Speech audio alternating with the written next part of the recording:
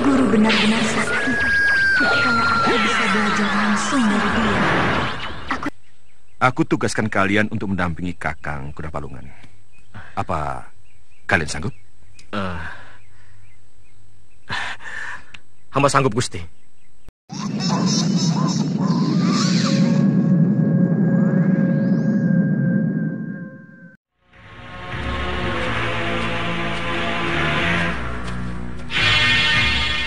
Apa benar Wiratsangka dikeroyok orang? Jangan-jangan itu cuma alasan untuk menutupi malu karena tidak berhasil menangkap perempuan pelusu itu.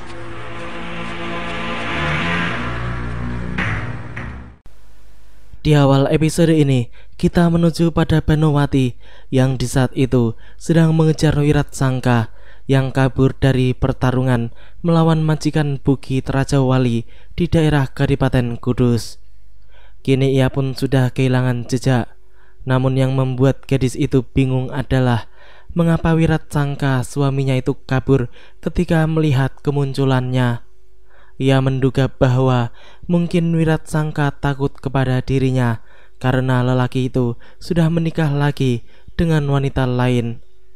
Atau bisa saja suaminya itu takut dengan majikan Bukit Raja Wali yang telah mengalahkan pedang naga wirunya. Semua dugaan itu pun membuat pikiran Banowati menjadi semakin kalut. Namun ia tetap bertekad untuk mencari suaminya tersebut. Ketika baru beberapa langkah berjalan, mendadak saja muncullah Ki Wanakerta di hadapan gadis tersebut. Siapa kau? Aku Wanakerta, senopati andalan dari Kadipaten Kudus. Kenapa kau berkeliaran dengan membawa senjata? Kau pasti mata-mata. Aku bukan mata-mata. Kalau kau bukan mata-mata atau pengacau, ayo, serahkan senjatamu padaku. Kau mau merampas pedangku? Ayo, rampaslah. Kau boleh gagah, gadis cantik. Tapi jangan harap kau bisa lolos dari tanganku.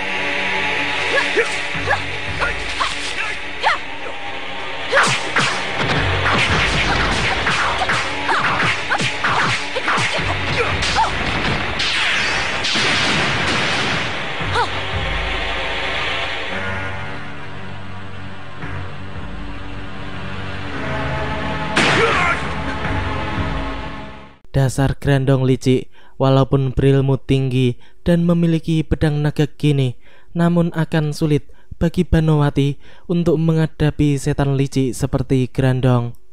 Kini gadis itu pun menjadi kebingungan sendiri karena lawannya itu bisa menghilang. Namun dengan cerdiknya, ia pun melihat bayangan lawan itu dengan pedang naga gini miliknya, sehingga ia tahu jika lawannya berada di belakang. Akan tetapi, tetap saja serangannya dapat dihindari Ki Wanakerta yang bisa menghilang dengan seenaknya itu. Setan jelek tersebut pun tampak tertawa puas melihat lawannya tidak mampu menyentuh tubuhnya. Dengan sombongnya, lelaki itu pun mengatakan bahwa tidak mungkin Banowati bisa melawan dirinya. Tirta dan Citrasena yang masih berada di tempat persembunyiannya pun memperkirakan bahwa Banowati akan tumbang dalam beberapa jurus lagi, dan hal itu benar-benar terjadi setelah Ki Wanakerta dengan liciknya menyebar serbuk racun yang menghalangi pandangan Banowati. Lalu ia segera menghajar gadis tersebut. Itu di bawah angin? Benar saja.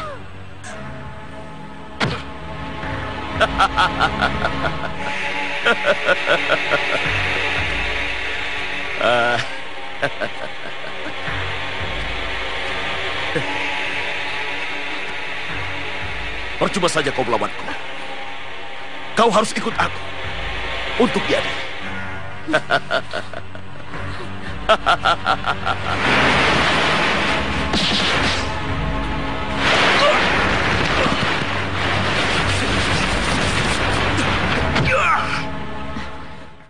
Ya, Tirta dan Citrasena pun langsung menolong Banowati yang terluka akibat pukulan Ki Wanakerta.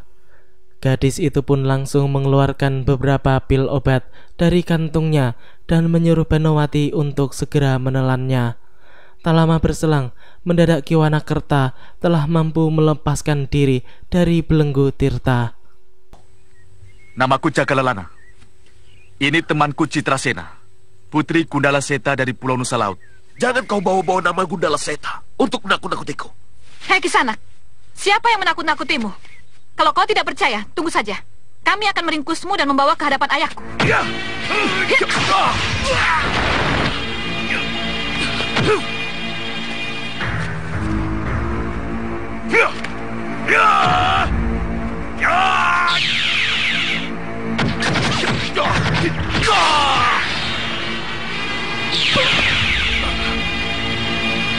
Grandong, cepat menyingkir. Dia menghilang, Kakang. Biarkan saja. Yang penting adik Banowati selamat. Kenapa nenek memanggil aku? Aku lihat kau akan berubah menjadi Grandong. Rahasia penyamaranmu akan terbongkar. Aku tidak takut penyamaranku terbongkar. Aku bisa saja membunuh mereka untuk menutup mulut. Anak, mereka bukan pendekar biasa. Kalau guru mereka datang, habislah kau. Si lampir itu pun menyuruh Grandong untuk kembali ke Kadipaten Kudus guna melanjutkan misi mereka mengadu domba kedua Kadipaten. Di sisi lain, pada sebuah warung yang sepi, tampak penjual warung itu yang ketiduran karena sama sekali tidak ada pengunjung di warungnya. Tak lama kemudian, Maesa pun datang bersama dengan Blotong dan Senopati Kuda Palung yang sebelumnya ditugaskan oleh Sultan Agung untuk mendamaikan perseteruan yang terjadi antar Kadipaten Kudus dan Kadipaten Rembang. Melihat tukang warung yang tidur, Blotong pun kemudian segera membangunkannya. Pemilik warung itu pun menjadi terkejut. Ia pun mengatakan bahwa warungnya sedang sepi sehingga membuat dirinya menjadi mengantuk. Blotong pun kemudian menyuruh pemilik warung tersebut untuk mempersiapkan makanan untuk dirinya dan juga kawan-kawannya. Maesa yang sedang duduk bersama dengan Senopati Kuda Palung pun menjadi merasa aneh, sebab ia tahu kalau warung tersebut biasanya ramai pengunjung. Namun mengapa sekarang menjadi sepi seperti itu? Mungkin daerah ini wilayah yang tidak aman.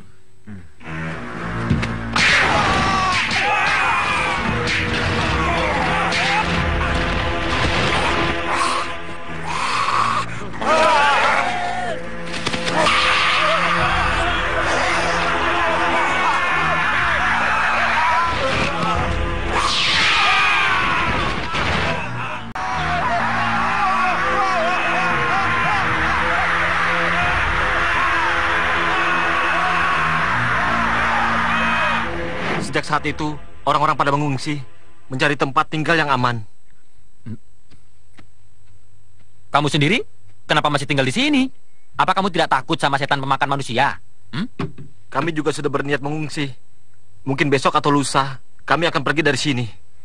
Setelah keluar dari warung yang sepi tersebut, Maesa pun tampak sedang berpikir keras, sebab ia tidak habis pikir mengapa Arya Soma selalu bisa bangkit kembali dan membuat kekacauan di mana-mana. Padahal jelas-jelas pemuda itu telah tewas dan semua orang pun sudah mengetahuinya. Apa mungkin ada orang lain yang sengaja memanfaatkannya untuk kejahatan? Senopati Kuda Palung pun kemudian memberikan pendapatnya bahwa mungkin ada orang lain yang menyamar atau menjelma menjadi setan pemakan manusia untuk membuat keonaran. Sang Senopati pun merasa bahwa mereka harus menyampaikan surat kepada Adipati Rembang agar tidak terjadi salah paham. Melihat Blotong yang sedang tidur di bawah pohon, Maesa pun kemudian segera menghampiri dan membangunkan pemuda malas tersebut, lalu mengajaknya untuk segera pergi dari tempat itu. Di sisi lain, tampak setan pemakan manusia yang sedang bertarung melawan Kiku.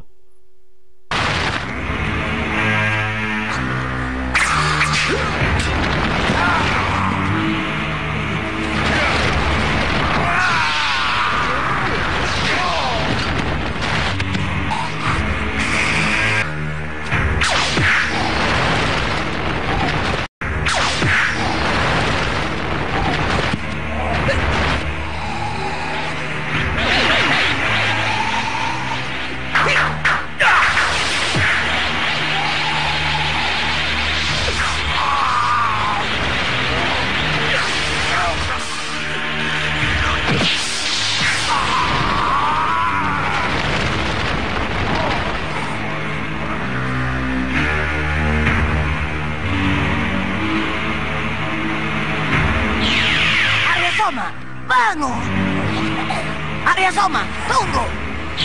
Kalau tidak ada anak Mas Maesa, mungkin saya dan Kitapak Jalak sudah tewas. Saya heran sekali. Padahal Arya Soma sudah mati. Tapi kenapa tiba-tiba dia muncul lagi? Anehnya, dia hanya mengacau di wilayah Kadipaten Rembang. Sedangkan di wilayah Kudus tidak. Ya, orang-orang Kadipaten Rembang itu pun merasa aneh dengan teror setan pemakan manusia yang hanya mengacau di daerah mereka saja.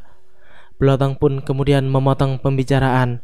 Ia mengatakan bahwa sebenarnya tadi siang ialah yang ingin menghadapi setan pemakan manusia, namun dirinya malah keduluan Maesa. Menanggapi omongan Blotong, Senopati Kuda Palung pun kemudian mengatakan bahwa masih ada kesempatan jika Blotong mau melawan setan pemakan manusia tersebut. Maesa pun menambahkan kalau mereka semua ingin sekali melihat bagaimana tandangnya Senopati Blotong dalam menghadapi musuh. Hal itu membuat Blotong menjadi mati kutu.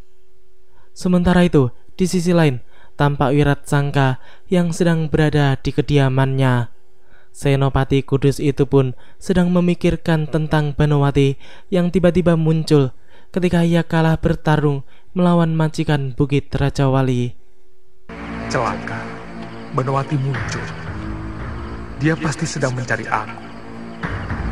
Tapi untunglah, dia tidak tahu bahwa aku menjadi senopati di Kadipaten Kudus. Andai kata dia tahu bagaimana. Aku benar-benar penasaran. Kenapa Kakang Wiratsangka tiba-tiba meninggalkan aku? Sekarang apa yang akan kau lakukan? Aku akan mencari Kakang Wiratsangka sampai ketemu. Yang aku dengar Kakang Wiratsangka telah menikah lagi. Tapi suasana di Kadipaten Kudus dan sekitarnya sedang kisruh. Pintu gerbang masuk ke dalam kota pasti dijaga ketat. Aku tidak takut. Aku percaya, tapi kau tidak boleh membuat kerusuhan. Kau bisa terbunuh oleh pasukan Kudus. Lalu, apa yang harus aku lakukan?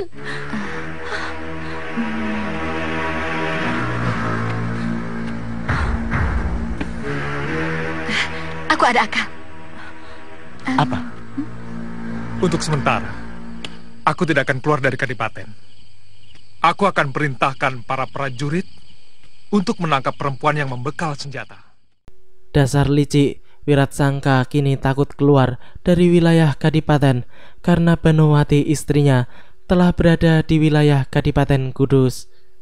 Darmini yang ketika itu tiba-tiba muncul pun membuat Senopati abal-abal itu menjadi cukup kaget. Namun ia pun kemudian beralasan bahwa dirinya sedang memikirkan cara menangkap Dewi Sekar Arum, sebab sampai saat itu ia masih belum bisa dan belum berhasil menangkap Sekar Arum. Semua itu hanya untuk menutupi bahwa sebenarnya ia sedang memikirkan Banowati yang merupakan istri pertamanya. Dan kemungkinan besar Darmini tidak mengetahui kalau sebenarnya sebelum menikah dengannya Wiratsangka sudah memiliki istri. Kini kita menuju pada salah satu desa yang berada di wilayah Kadipaten Rembang, di mana pada saat itu tampak setan pemakan manusia sedang mengacau dan membunuh para penduduk desa Jatinom. Setan jelek itu tampaknya masih merajalela, padahal ia sudah mati berkali-kali. Bahkan arwah Momong Murka pun telah musnah dari tubuh Arya Soma tersebut.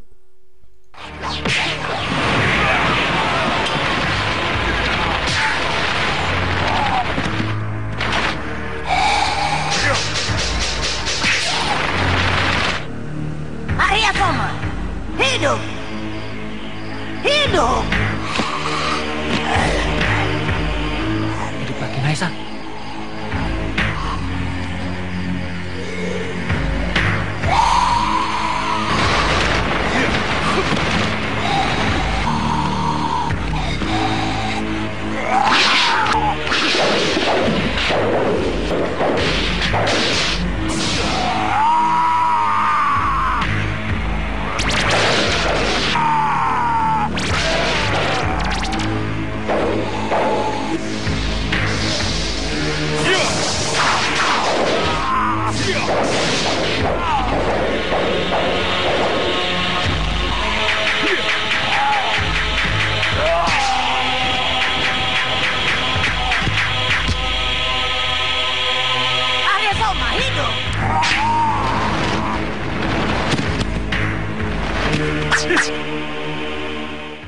Senopati Kuda Palung pun kini sudah mulai membantu Kiai Jabat untuk menghadapi mayat hidup Arya Soma tersebut. Namun tampaknya akan sulit bagi mereka untuk benar-benar bisa membunuh makhluk jelek itu, sebab hanya dengan berkata hidup, maka mak lampir dengan begitu mudahnya dapat menghidupkan kembali setan pemakan manusia yang telah berkali-kali tewas tersebut. Senopati Kuda Palung pun tampak tersenyum puas melihat setan pemakan manusia itu telah tewas di tangannya. Ia pun kemudian segera berbalik berjalan membelakangi makhluk tersebut. Akan tetapi mendadak saja makhluk itu pun kembali bangkit dan langsung menyerang sang senopati dari belakang. Namun senopati Mataram tersebut pun mengetahuinya. Ia langsung menghajar makhluk itu hingga terlempar jauh ke belakang. Di tempat tersebut ternyata juga ada Kalagondang dan Kiai Jamas yang sejak tadi menyaksikan pertarungan tersebut. Lalu keduanya segera menghilang menuju ke tempat persembunyian mak lampir. Hati-hati, Mas. Dia kuat sekali. Minggir Senopati.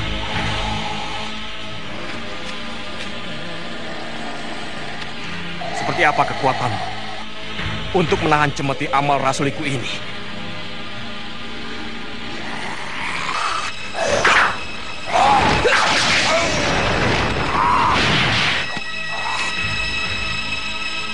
Demi Arya Soma, dengar perintahku. Mak Lampir, kenapa berteriak? Kiai Jamas. Iya, aku. Kau kaget? Arya Soma, hidup!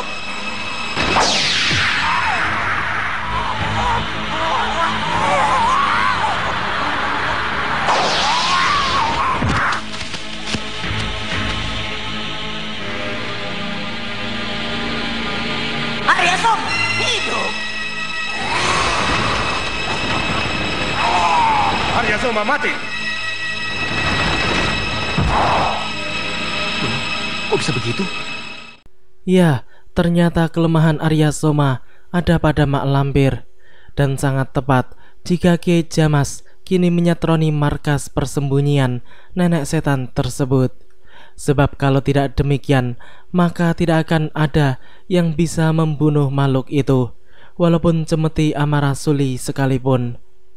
Kini Kiai Jamas pun berusaha memancing mak lampir agar mengatakan Arya Soma mati, karena hanya itulah cara satu-satunya yang bisa membuat setan pemakan manusia tersebut benar-benar tewas. Arya Soma, hidup! Arya Soma mati! Arya Soma, hidup! Hidup! Mati! Hidup! Mati! Arya Soma mati!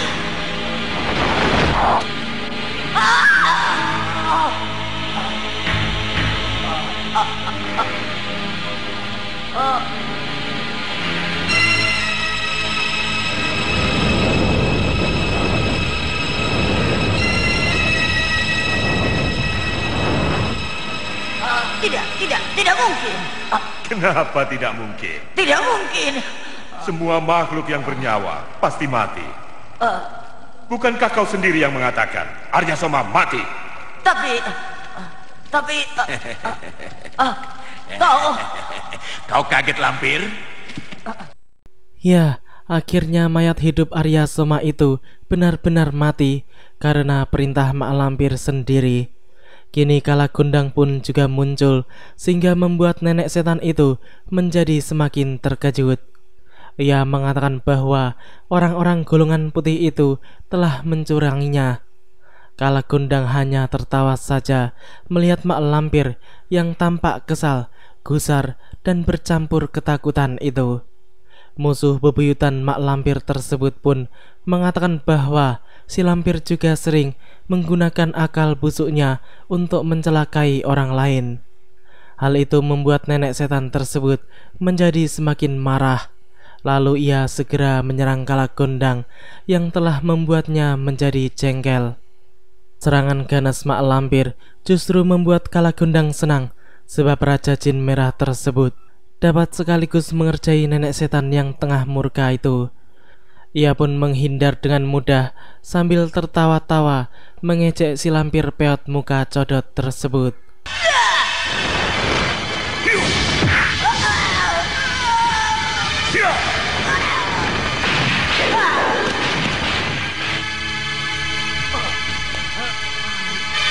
Mak Lampir, aku datang untuk menagih hutang nyawa anakku. Iya.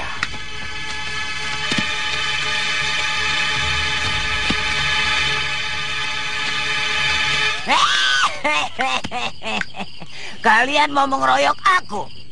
Apa kalian sebagai pendekar tidak malu? Tamatlah riwayat mak lampir. Kini ia dikepung oleh orang-orang sakti golongan putih. Melawan salah satu dari mereka saja ia sudah kalah, apalagi jika harus melawan semuanya.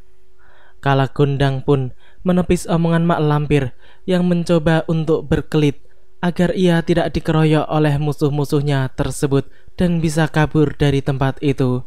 Si lampir itu pun kemudian segera menyerang Kalagundang yang selalu memutar balik omongannya. Kini ia sudah tidak memiliki alasan atau tameng untuk bisa meloloskan diri.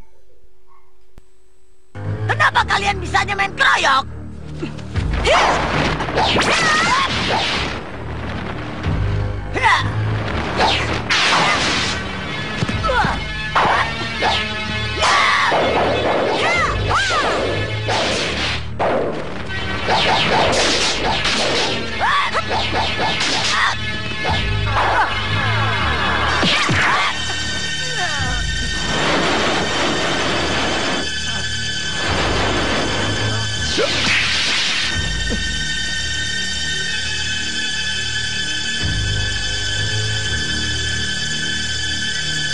Begitulah, pengemis tangan seribu berhasil melenyapkan mak lampir dengan aji Sasrabahu dan Gelap Sewu.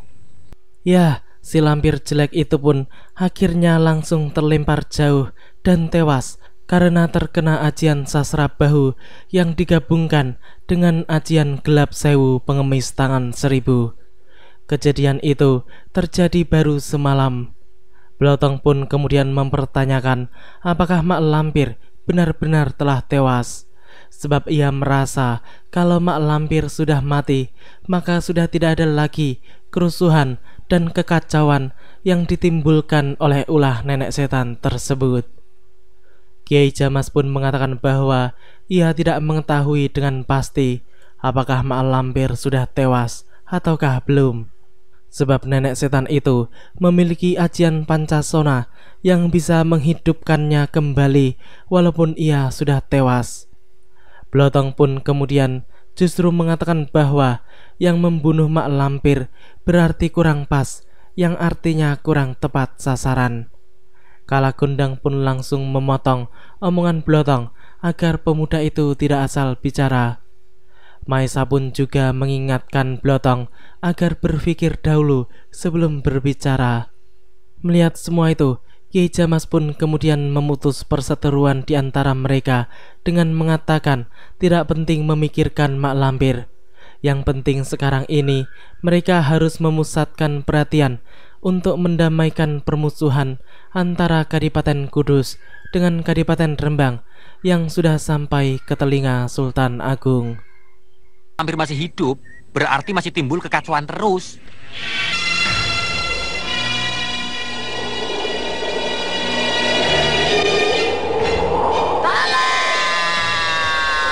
Lampir.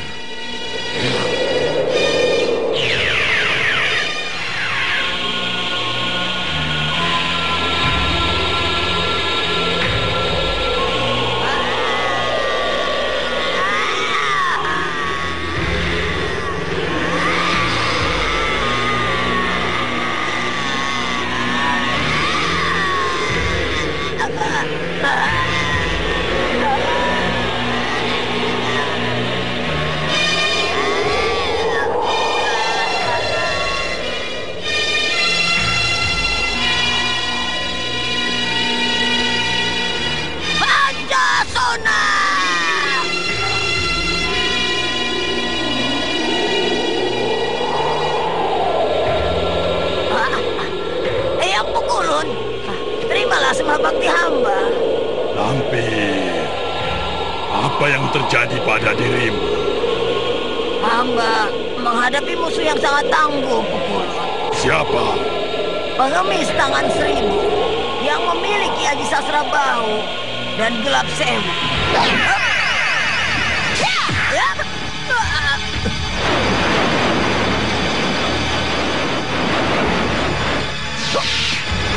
Kau bukan saja tidak berdaya, tapi hampir mati. Untunglah aku masih sempat menolongmu. Jadi sekarang apa yang harus hamba lakukan, Pukulun? Kau harus berhati-hati menghadapi orang-orang seperti Pengemis Tangan 1000, Ki Bagaspati dan Gundala Seta. Karena mereka sudah mencapai tingkat kesempurnaan ilmu lahir dan batin. Kecuali kalau mereka dikalahkan oleh hawa nafsunya sendiri.